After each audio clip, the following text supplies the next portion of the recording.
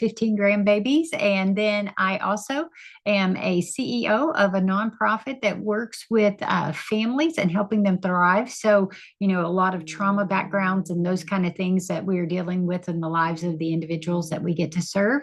And then in my free time, I also speak and coach and work with executives and help them figure out what does it take for them to go from lives of significance to from success to significance for them. And it is a pleasure to help them think creatively and how trust works in that and the structure of trust and how that can help us ultimately thrive. And you can find me at thedebbie.simmons.com, and that will have all the social media handles and everything, and love to help and connect as in any way people see fit.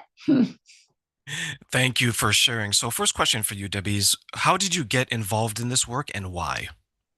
Sure. When we look at where this architecture of trust and trauma and all that kind of comes into my story, all of us have stories, right? And so if you look back in mine, one of the most traumatic things that I ever went through was I had a deep desire to be a young grandma. And I set out to do just that and ran into infertility, which caused me to question like my worth and who I am. And why I couldn't become pregnant. And then I got pregnant. I was very blessed to become pregnant with twins. And then at 13 weeks, we thought that I was miscarrying and I was going to lose them. And we found out at the high risk doctor that we weren't carrying twins, we were carrying quads. So that was a little bit of a shocker. And then the goal was to get them to 30 weeks. And at 26 weeks, I found myself standing in water. And the next day, each of the boys decided that they were coming, and I held them and loved them and rocked them till they went to be in eternity. And then there I sat in my trauma, in my stuff. And what I, learned when we talk about trauma building like this hidden trust map is that I had to figure out how to survive. And so I began to do things through that process of control and hustle and figuring my way. If I could control everything, then I could be okay. And you know what? I can do that as long as I can show up 100%. But the truth is, I can't always show up 100%. And then those things begin to fail me. And so that is why I had to learn how trauma had affected me personally and what I needed to do to be able to be the most healthy, to be the person that I could be and impact the people that God put me in front of and with over the years. And God's just continued to expand that influence as I've gone through the years. When it comes to the trust map and it comes to trauma, what are some of the ways that we can identify how trauma has impacted our trust, maybe within ourselves and with others? Yes. And so one of the things that I always tell people is one of the easiest ways to figure out what you really trust is to see what happens when pressure comes. So, like for instance, if one of my children is losing it and my response, what I trust is what I default to. Okay, so how I handle the situation, what I default to. So I would, in that situation of kid losing it, I'd probably be like control freak, right? I want to get everything under control. I want that kid to calm down, and I act with a sense of urgency. And I am defaulting to those systems. Okay, you think about it. If you've been in an abusive relationship, we have a tendency to default to still abusive relationships because that's the map that's written in us, even though our head knows better. Okay. And so we're falling into traps because our body just naturally thinks that's the most safe way. That's what it's wired. It's a survival mechanism. And it's actually not true, right? But it's just something that we've learned. And so we have to teach our body in small steps to let go of that as our safe mechanism and go, okay, this is what's really safe. And this is where true trust is. And how do we get there? So we got to move over as we go through life. So When I was designing my own map of trust, and I wanted to make sure that I was the architect of it, because I think growing up, our trust comes from other people. Let's say, for example, our parents, right? When we're children, we trust them to shelter us, to feed us, to take care of us. But as we get older, we have to develop a sense of trust that if I were to go out into the world, into the wild, how am I going to develop that trust as an adult? And one of the ways I did it is I began to understand that maybe the people around me don't make me feel safe. So therefore, I can't trust them to have the best interests for me because during that time, I was people pleasing. Whatever they wanted, I gave, but Mhm. I Yeah. wasn't trusting myself to take care of myself. I was reliant on other people, and they would often let me down. What impact do you think that that people's level of trust has when it comes to things like people pleasing or narcissistic relationships, or maybe even childhood wounds that could impact that? Yeah, so I love that because you identified one of our defaults. Our defaults is approval, our people pleasing, like you said, right? Okay. And people pleasing works to a certain extent, but it doesn't get you to the next level, into your adult life where you can be successful, right? You've got to go, okay. And what did you do? You said, okay, this isn't working. So I got to change something in the way that I do in my structure, in my system so that I know that I can trust in these situations. So, what did you do? You probably established some boundaries. You probably set some rhythms. You probably had checkpoints in there, and you maybe didn't do all those all at once, but you maybe said, okay, I'm going to not put myself in this situation. And then you waited, you put that in place, and then you waited. And if the pressure rose again, did you default to that or did you do it the new way?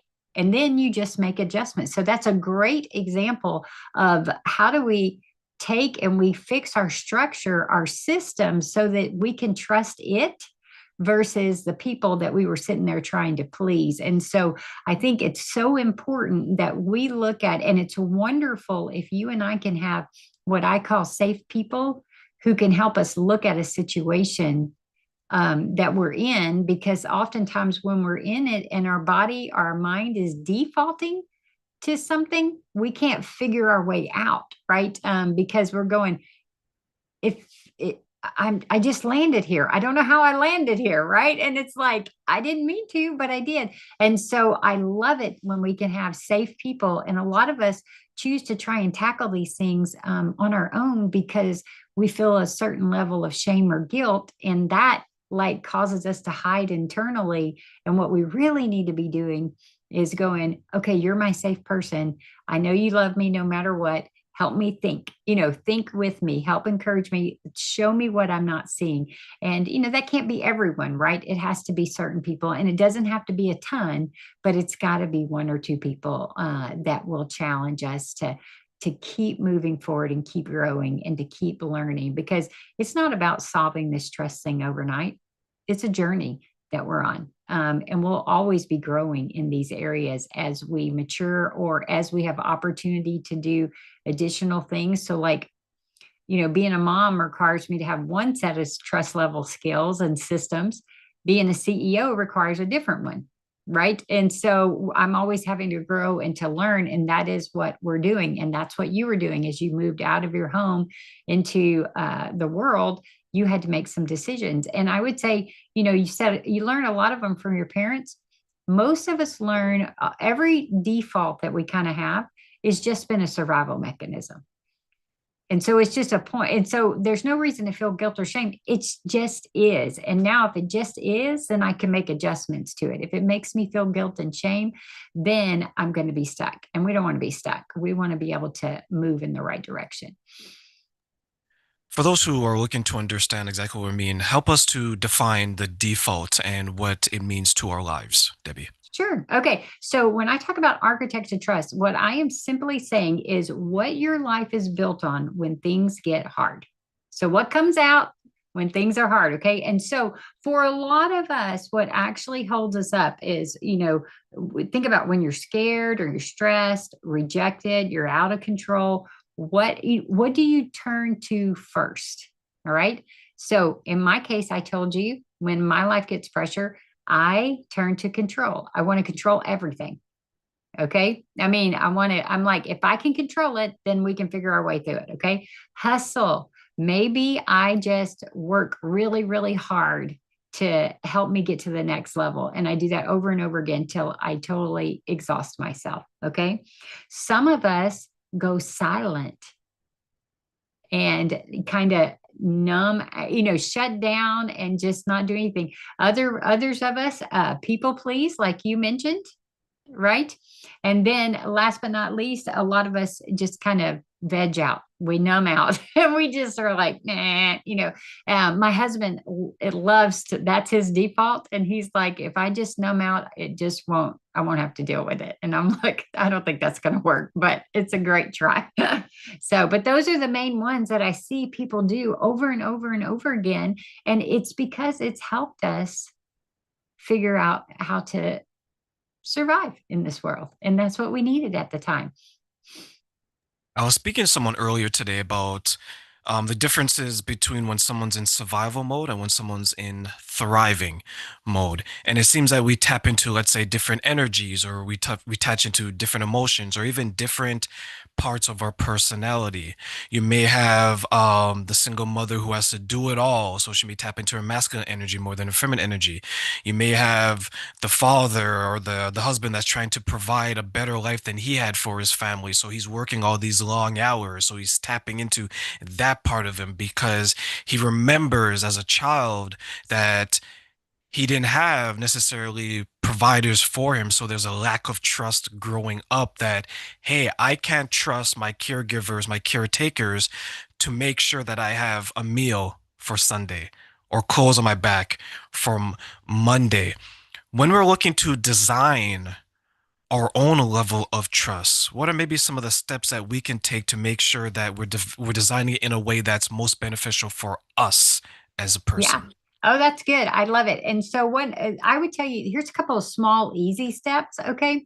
Is first of all, you and I have to be able to identify what do we trust in, right? Okay. So that requires, and I consider this actually the hardest piece of the work is it requires us to sit still and think for a minute.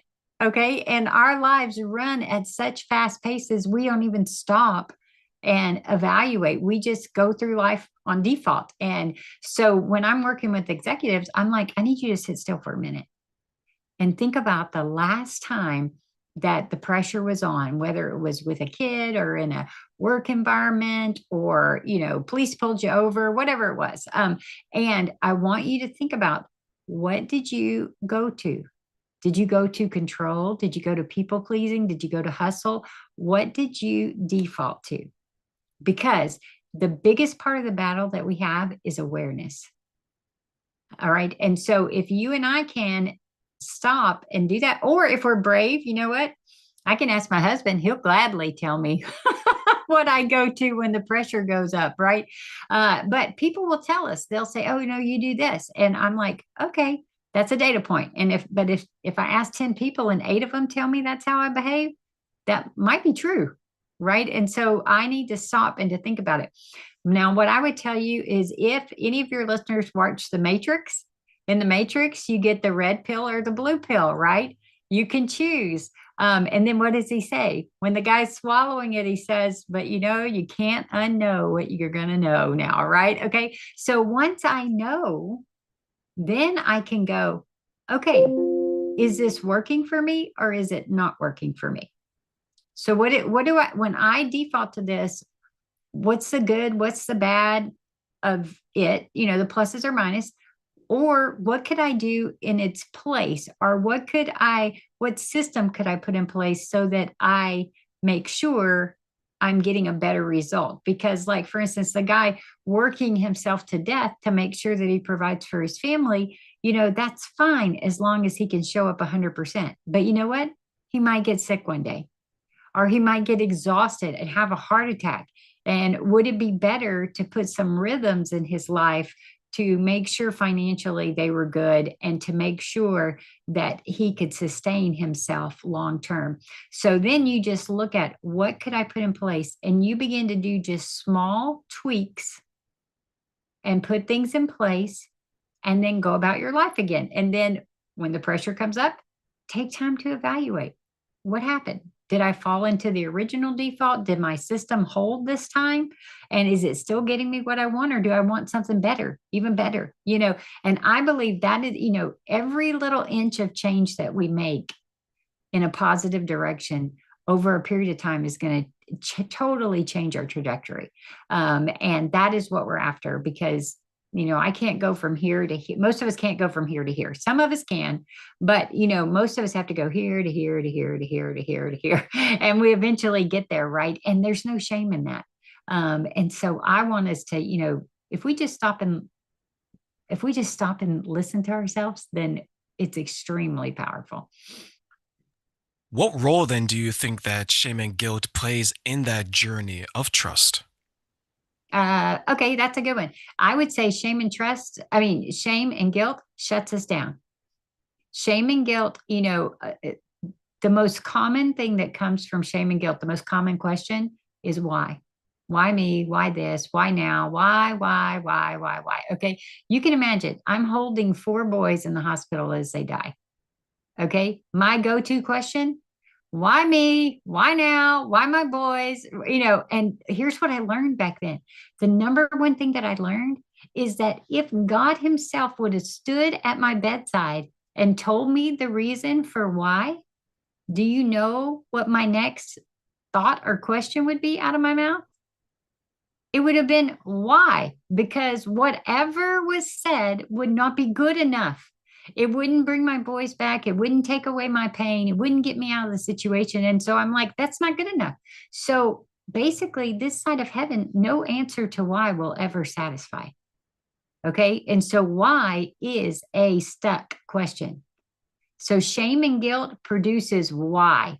And it produces, if I could just figure it out, it's going to be better. And I get it because I'm sitting there going, if I could just figure this out, I can figure out how to get through this huge loss and trauma that I have to figure out how to get out. And the truth is the matter, I needed to change the question. You and I have to learn to lay down our why. Okay. We have to learn to lay it down, knowing that we're going to have to be okay, even if we never get the answer to that. But the question we need to substitute is, how can I survive? How becomes a word that includes movement. So why? Stuck. How? Movement. And we need movement. Okay. Every little step. And so I literally would go, how can I survive? And what God taught me was I needed to breathe and I needed to do the next best step, not the next right step, because I didn't know if I was getting it exactly right, but the next best step. And I would take that step and then another step would come. I'd figure out the next step and I'd figure out the next step. Most of them were forward, but sometimes I'd go backwards, but then I would come back and ask that same thing again. And then as I work through that trauma, and learn to teach my body to respond differently and not just in my defaults, then the next question became, how do I thrive? Because, when I'm holding those boys, I'm in my 20s, I'm going, I got a lot of life left. I don't want to be stuck here. And so I want to live and I want to have joy and I want to have purpose. And I just knew that if I could learn to survive, then I could go, okay, how can I thrive? And thriving began helping other people that have lost children, helping people through grief, building a ministry that impacts, thousands of people, speaking and stuff like that. And so it's been a story that's been redeemed over time. And so I go that grief and shame gets us stuck in why, and we don't want to be there. So we have to give that why up. And that's where critical people in our lives are so important, because when we're stuck saying why, we need someone that's brave enough to say, you're going to have to lay that down. You're going to have to lay that down and you're going to be okay and you're worth it. You mentioned the movie Matrix, Uh-huh. and you mentioned the red pill and the blue pill. And then if you further on in the Matrix, it mentions that you have to understand the why, because the why will leave you stuck. So when you tie that in and you said it's not the why, it's the how, that brought me back to the second and the third installments of the Matrix movie, because after they were taking the red pill, they asked the questions, why this, why that? And then it was turned around. But how are you going to overcome it? Once they were able to understand the how, they were empowered because the why kept them trapped. Yeah. Yeah. Why is this happening, right? Yeah. Uh-huh. That's exactly right. So I just make it shorter. I'm like, don't spend a lot of time on why. Just say it's stuck and go, how? How do I figure my way? And it'll save you two movies, right? You mentioned your boys that passed away. You mentioned the grief and how you help others. When Mhm, it comes to trauma and grief, I know for many of us the journey can be a couple months, a couple of years, or it's something that's ongoing because it's not something you overcome, it's something you work through on a, in many cases, a minute to minute, day by day basis. The mhm, trust that we're speaking of, and let's say after a grief period, how difficult is it for us to trust ourselves and our senses after grief? mhm. I always like to tell people, people, when we talk about grief, I always say, you know what? Everybody's grief journey is different. So don't, if I move faster than you, don't let that be your judge. You take the small steps that you need and have safe people that are holding you accountable and helping you move, right? But I always think grief takes 1 or 2 years around to work through in particular, and everybody does it at a different pace. But after a traumatic loss or a traumatic situation like that, your whole world is different. There is no going back to what I would have called normal.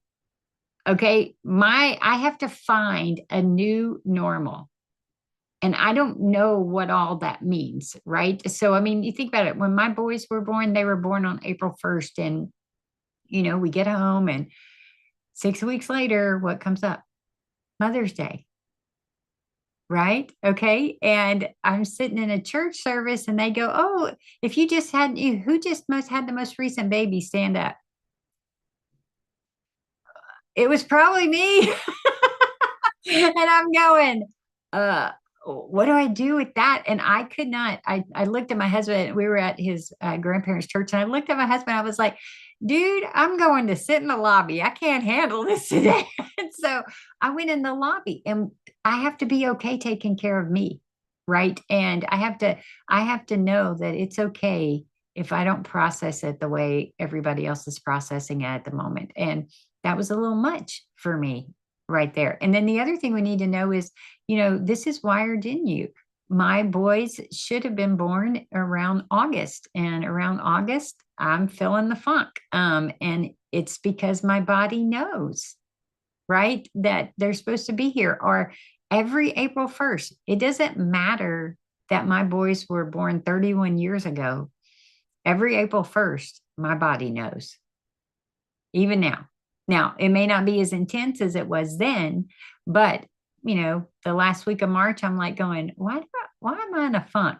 And then I'm like, oh, that's why. And I need to take care of myself. I need to have good self-care to go, you know what? I need to take it easy on myself for this few days as I work my way through this, because this is a tender spot. And so I always look for encouraging people to, hey, you know, put markers in the ground. If it was like in my case, losing boys was special. So I have a mother's ring that I often wear that has their birthstone in it. And then I go, okay, 2 years down the road, we did this. 2 years down the road, we did this. And we just create markers along the way. And I would say, hey, go through your first year, and then your second year, you begin to find a rhythm. And as you find your rhythm, then you can begin to do other things. But don't beat yourself up if you're 6 months down the road and you feel like you're in the dumps. Do something to take care of yourself, and then go, okay, how can I survive this, and do the next thing you think of. And a lot of people go, oh, you must be some superwoman to have survived what you survived. And I'm going, no, I wasn't.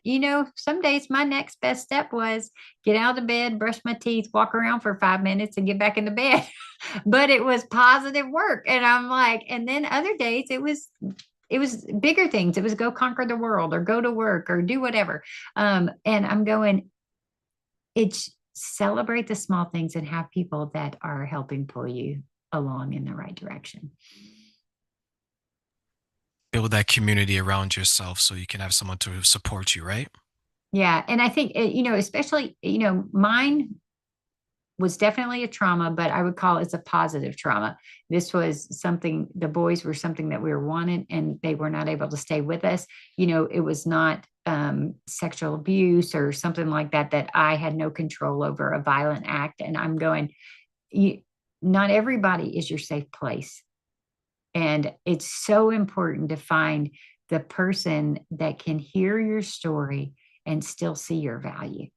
And it's worth looking really hard for that person and getting the right person, even if it's a counselor or something like that. But where are those people in your lives that can help hear the hard things? Because the more we tell our story, the easier our story gets to for us to process and to deal with. But if we keep it all bottled inside, then it's not going to work, because community is the way that we actually experience healing. How were you able to create a safe space so you can trust the world after the passing of your children? Well, I would tell you it's a day by day thing, right? And I have to look continually at, like, when I'm in situations. Let me think. The other day I had something happen. I don't remember exactly what it was, but I started finding I just am very sensitive to how my body's responding to things. And I noticed that my chest was getting tight. And I'm like, why is my chest getting tight? So, one of the most powerful things that we can do to help ourselves teach ourselves to grow in these areas is, if I can notice my body senses danger before my mind really has time to process it. So, if I catch my body starting to respond to something, my just me asking the question, why is my body all upset like that? And just asking that question keeps me in my prefrontal cortex, which means I can still do logical thought things, and I can evaluate what's happening. If I let that train going down the track, my body is going to get lit up. I'm going to get stressed out. But if I can catch it right before it happens, then I have the ability to interrupt the cycle. And so what I had to learn was with oh this is a great one. My adopted children all have trauma backgrounds, and so sometimes I would discover that certain actions that I did, or certain sounds that we came across, would cause them to lose it, and that I couldn't figure out what it was. But there had been something in their life where, like, if I moved around too fast, then they thought I was going to punch them. Okay. Was I going to punch them? No, I wasn't going to punch them. But had they been punched before? Yeah. Right. And so my movement triggered something in them. So helping them realize that, no, this is still a safe place. And not everybody is out to punch you.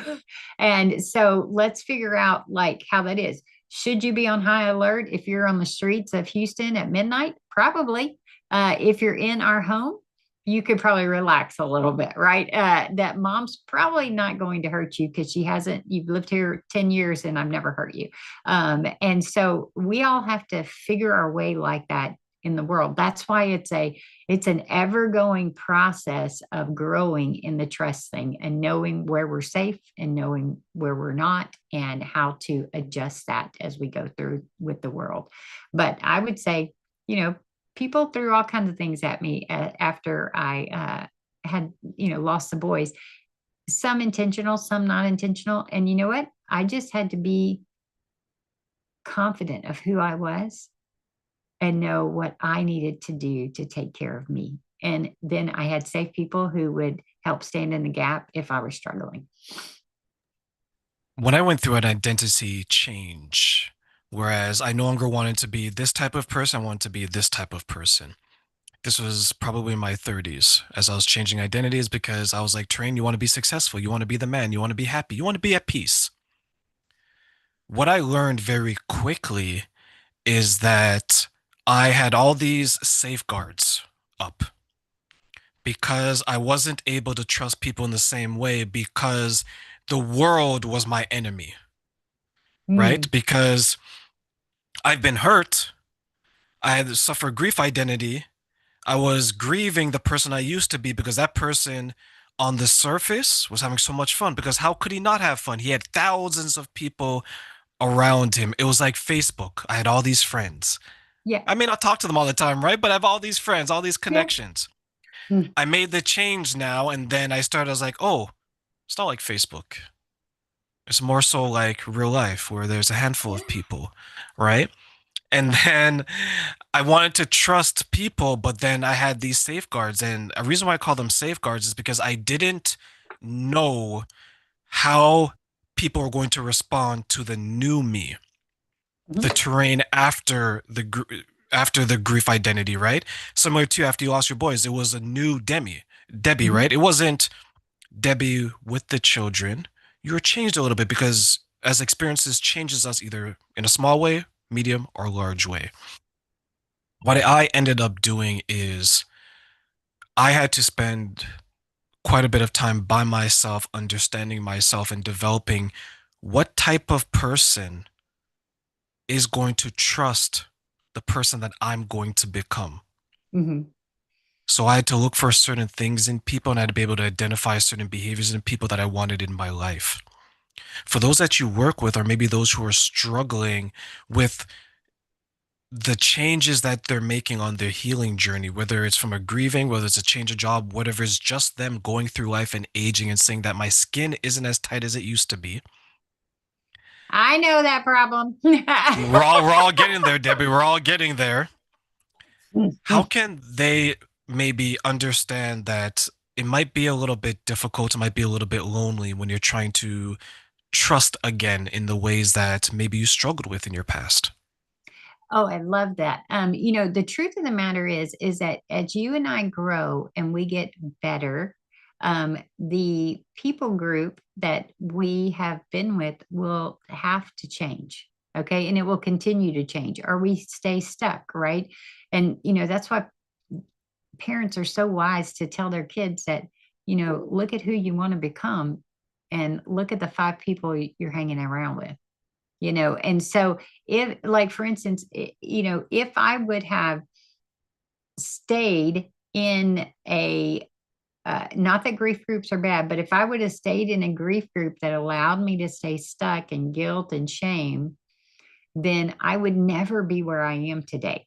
Okay. I had this drive in me that said, I want to live. I don't know how I'm going to figure out how to do it, but I want to live. And so I went on an exploration of how do I get there?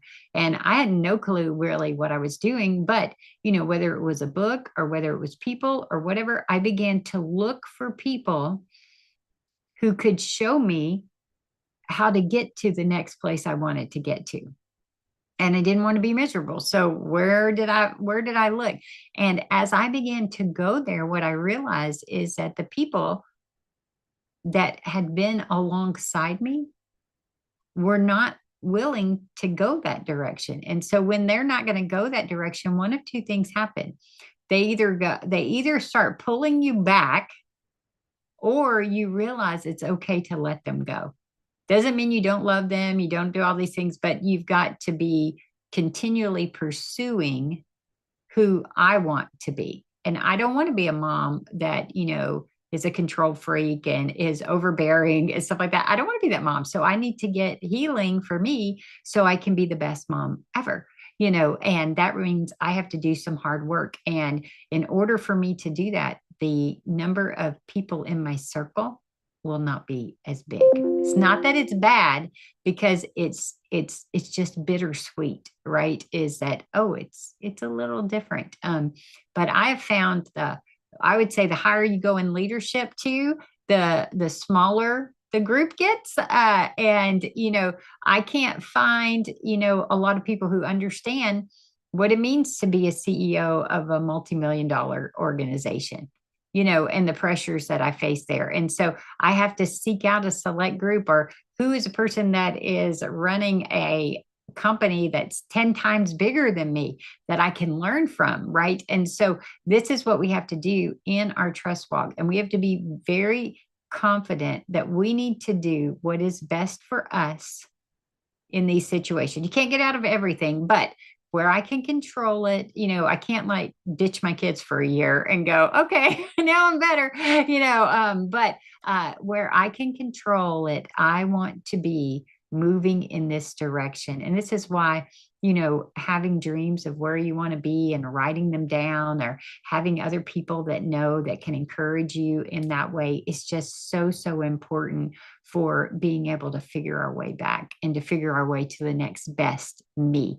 And I would venture to say, even for you, while you had this shocker of, oh my gosh, this is going to be different, now looking back, you go, no, this is really good. But it took me figuring that out, right? And so sometimes for us to get where we need to go, we need to trust others who've gone ahead of us, that it will be so for us, right? And that we can borrow their trust when we don't believe it's going to happen. That I'm going to go, okay, Debbie survived. I'm going to believe if she can survive, I can survive.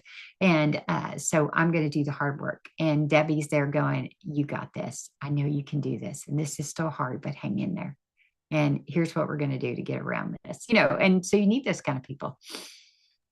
What impact do you think having the wrong social circle around you has when we're trying to go on that journey of self-healing and self-trust? It will totally derail you and destroy your life. That's pretty serious. It is. It is. but It took me but 10 listen, years to overcome that, so I know firsthand. well, but you know what? The reason I say that is because, I I never struggled with really kind of super bad people groups, okay? But my children who have trauma backgrounds, as they have all gotten into adulthood, um, the people that they decided to hang with when they got out of my house has derailed almost every one of them. And, I get to be their mom and walk alongside of them, but I'm going, I have 9 kids. I've done prostitution, I've done felony, I've done drug addiction, I've done living on the streets, I've done selling drugs, I've done auto theft, I've done all kinds of things that as a mom, I'm like going, oh, those are my kids. And I've watched some of them make their way back out of those things and get new people groups and really, are like my one daughter lived on the streets for 7 years, drug addiction, over and over again. She's clean and sober for 3 years. But her whole people group has changed. Okay. Number one thing, she came out of rehab and she said, I want to go back and see my old boyfriend. And I was like, girlfriend? I'm like, that might not be a good idea. And fortunately, she made the good decision to not go. Because I think it would have been a trap at that point for her. But I'm going, she had to love herself enough to not give in to just that urge that she had at that time. But I've watched it with my children.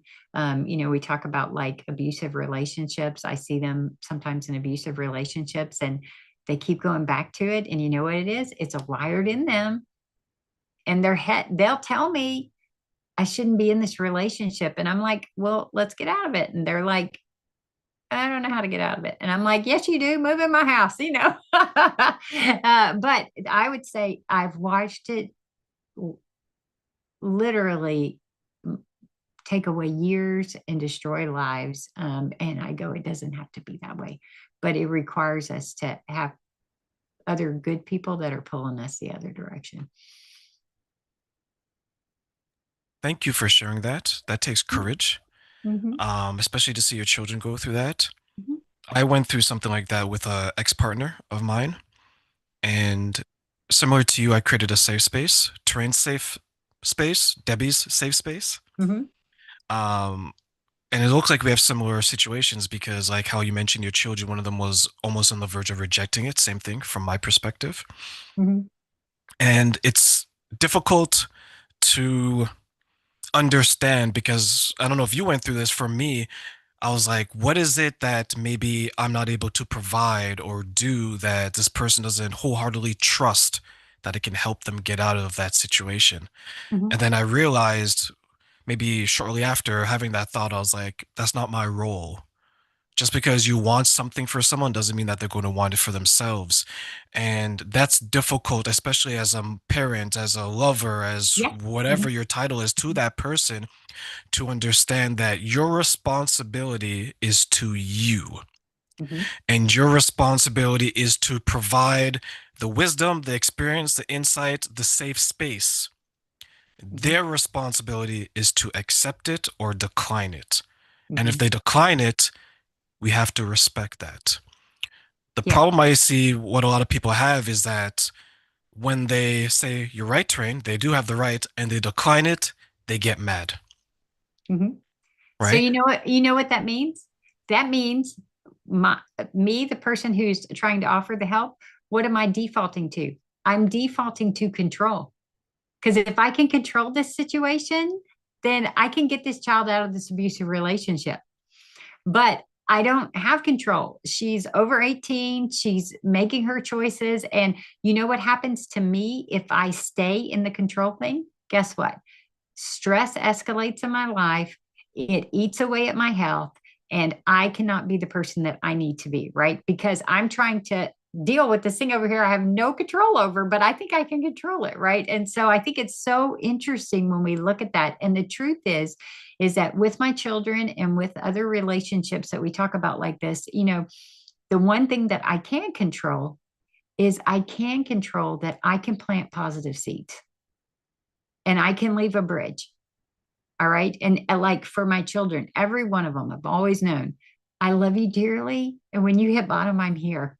And, but until they love themselves enough to do the hard work, I can try and get them out. But you know what? They're going to go right back. And so it is so, that's where it requires a lot of healing on our own part to be able to be in spaces with other people who are struggling and not get sucked into it, but to be able to be a healthy person that can, be there to help them, but not get caught up in it. And, when my daughter was on the streets, when she'd end up in the psych ward, she'd call me and she'd say, come get me and do this and da da da da da. And I'd be like, are you ready to go to rehab? And she's like, no, I'm going back to the boyfriend. And I'm like, okay, well, call me when you hit bottom. I love you. And that is so hard to do that, but it would be so bad if I would have gone in and rescued her. She would never hit bottom because I would be her savior. And that is not what she needed. She needed to really value herself. And it's hard to be in that space, but it's good when we can because we might be the last lifeline that they have when they're ready. And we want to be there. And when she called and she was ready, I was like, yeah. And I was like, is this really bottom? Or can I trust her? Is this really bottom? And I it seemed different, and I'm like, okay, well, here's what we have to do. And she did it, and then I'm like, okay, this is the next step we do. And she did it, and I saw her continually begin to do the right things. Then I am going to figure out how I can support that, not do it for her, but how can I come alongside of her and support her so that she can make her way out. But yeah, being the one that's healthy and loving and still reaching out and trying to leave a bridge. 9 children taught me plant positive seeds, leave a bridge. That's all I can control. How can then someone find that courage to be the bridge, but not to try to control the situation, people please, or give more of themselves that they can possibly give? Mhm. Yeah, I think it goes back to what you said that we have to understand what it means for us to be healthy and to have healthy boundaries. Okay. It's also a very good place for us to have people that we are safe people that know how to will speak to us and challenge us and ask us hard questions, but also support us and be the ones to say, hey, I look like I think you're getting sucked in. And, and will challenge us and we be willing to listen and grow based on what they say. Because, you know, who who wants to leave your kid on the streets? Who wants to do that? And I'm like going, and I have to leave her there. I'm like, oh my gosh, are you kidding me? And I mean, one time I had the cops calling me and they were like, you need to come get her. And I'm like, no, she needs to quit doing what she's doing. And they're like, does she have a dad? And I'm like, yes. And he's right here beside me. And his answer is the same. But they couldn't believe that I would leave her. And I'm like, I can't go rescue her. And so we have to have people. If not, we will get we will get sucked in and we will get taken, because when people are struggling, they're masters at manipulation. They're masters at trying to get their way. And I'm like, no, we can't do that. So we have to have healthy boundaries for us and people that will speak into our lives. Debbie, let me ask you one final question before I let you go. I want to Mhm. give you three wishes for this question. What are three things you wish people knew about trusting the boundaries that they create and why? What do I wish they knew about the boundaries they create and why? Okay. Um, I wish that they knew um, the reasoning for why they created the boundary.